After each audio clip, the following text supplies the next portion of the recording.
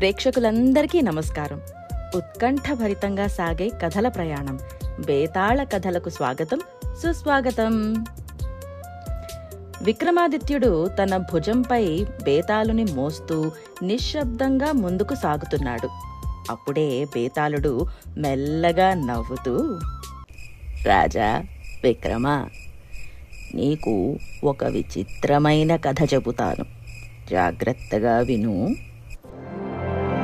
అనగా అనగా రామాపురం అనే గ్రామంలో ముగ్గురు అన్నదమ్ములు ఉండేవారు. ముగ్గురు చాలా సున్నిత స్వభావం కలవారు.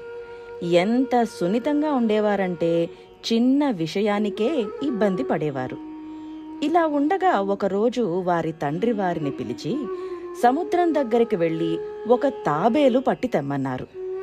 ముగ్గురు అన్నదమ్ములు కలిసి సముద్రం దగ్గరకు వెళ్లారు. వెతకగా కాసేపటికి ఒక తాబేలు కనబడింది. తాబేలు కనపడగానే సరా దాన్ని ఎవరు మోసుకునొస్తారు? ఎవరికి వారే సున్నితులు. ఈ విషయంపై ముగ్గురి అన్నదమ్ముల మధ్య చిన్న గొడవ చోటు చేసుకుంది. నేను సున్నితుణ్ణి అంటే నీకన్నా నాకే ఎక్కువ సున్నితత్వం ఉంది అని మాట పెరిగింది. వారి మధ్య ఈ గొడవ తీర్చడానికి వారు ముగ్గురు ఆ నగర రాజుగారిని ఆశ్రయించారు. దర్బారులో రాజుగారికి తమ గొడవ గురించి వివరించగా రాజుగారు వారిని ఒక రాత్రంతా తన రాజమహల్లో ఉంచి పరీక్షించాలని నిర్ణయించుకున్నాడు. ఆ రాత్రి మొదట పెద్దన్న భోజనం చేస్తూ అకస్మాత్తుగా ఈ భోజనం నుండి శవాల వాసన వస్తోందని అన్నాడు. అందరూ ఆశ్చర్యపోయారు. తరువాత విచారించగా ఆ ధాన్యం శ్మశానం దగ్గర పండించిందని తెలిసింది. తరువాత రెండో అన్న సంగీత కార్యక్రమంలో కూర్చుని ఉండగా ఆ గాయని దగ్గర మేకపాల వాసన వస్తోందని అక్కడ్నించి లేచి వెళ్లిపోయాడు. విచారణలో ఆ గాయని చిన్నప్పుడు మేకపాలు తాగి పెరిగిందని తెలిసింది. ఇక చివరికి చిన్నన్న నిద్రపోవడానికి మంచంపై పడుకున్నాడు. కాని అతనికి నిద్ర పట్టలేదు సరికదా. ఆ మంచం అతనికి చాలా కఠినంగా అనిపించి శరీరం అంతా నొప్పైపోయింది. మంచం మొత్తం పరిశీలించగా ఎక్కడో ఆ పరుపు కింద ఒక చిన్న తల వెంట్రుక దొరికింది. అది చూసిన దర్బారీలు అవాక్కయ్యారు.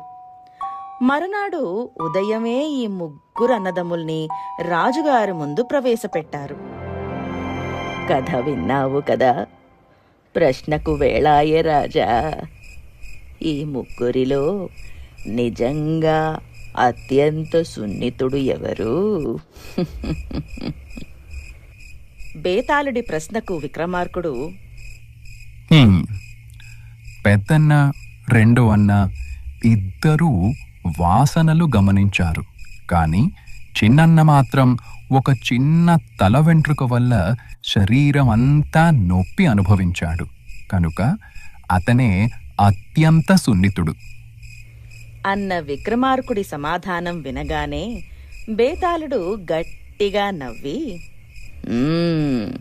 శభాష్ రాజా, సమాధానం బహుబాగా చెప్పావు. కానీ నువ్వు మళ్ళీ మాట్లాడావు రాజా అంటూ ఎగిరిపోయాడు.